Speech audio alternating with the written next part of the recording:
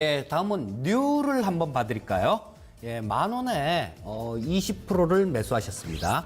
중장기로 보유해도 될까요? 예, 이렇게 물어봐 주셨는데, 자, 시청자님, 혹시 이게 물렸기 때문에 포기 상태에서 중장기로 간다라고 이렇게 물어보신 건 아닌지 그 부분이 약간 우려가 됩니다. 자, 종목별로는 그렇습니다. 물렸다가도 올라오는 그런 종목들도 수도 없이 많아요.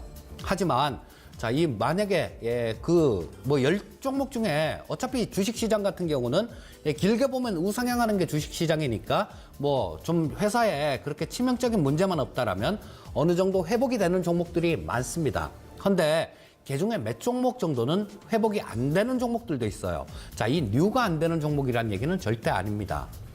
자, 근데 이런 한 종목에서 잘못하면 만약에 물렸기 때문에 그냥 중장기로 길게 들고 간다라고 생각을 하시면 어떤 재수가 되게 없으면 한 종목에서 치명상을 입을 수도 있습니다. 자, 우리 시청자님이 그런 의도로 물어보신 건 아니었으면 하는 바람이 있고요. 자, 이 뉴 같은 경우 참 작년에 1년 내내 되게 고생을 많이 했었죠. 뭐 중국 쪽에 사드 때문에 우리나라에 좀 여러 가지로 영화 콘텐츠 이런 것들에 대한 그런 방영도 금지시키고 상당히 불이익이 좀 많았습니다. 자, 그런 부분들이 조금 완화되면서 작년 하반기에는 좀 올라오는 모습이었죠.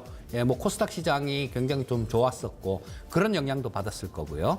자, 근데 요번에 주가가 좀 밀리기 시작하면서 이 종목도 마찬가지 이 11,000원대에서 그냥 7,000원대까지 밀어버렸습니다. 자, 이게 수급 기반이 상당히 좀 취약하다라는 그런 생각은 들고요. 자, 근데 우리 시청자님께서 또 한 가지 실수했던 내용이 좀 있죠. 그 부분 또 한번 짚어봐 드린다면, 자, 이동평균선이 21, 2평선이 살아있을 때는 괜찮습니다. 이걸 깨도 금방 회복이 되니까.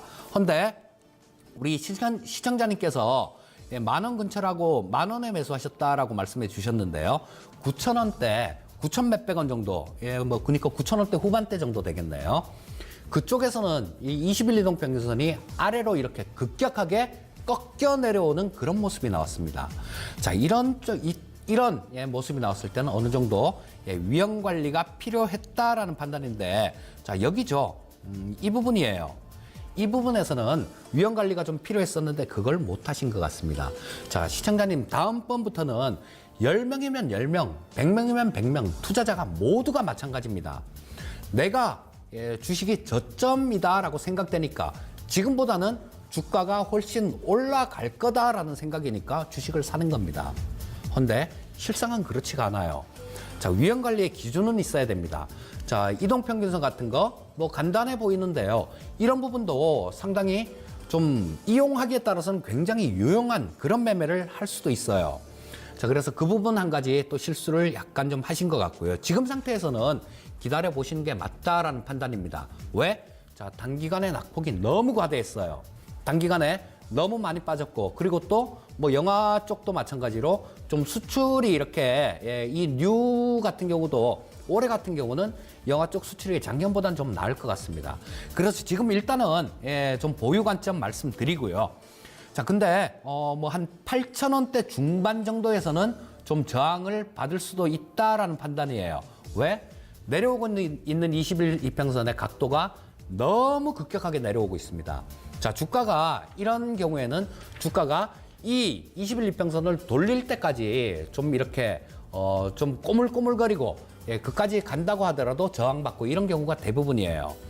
자, 그래서 8,000원대 중반 정도까지 반등 나오는 모습이 나오면 시청자님 그때 다시 한번 문의를 해 주시겠습니까? 그때 상황 봐서 거래량 봐서 또 한번 말씀드리도록 그렇게 약속드리겠습니다.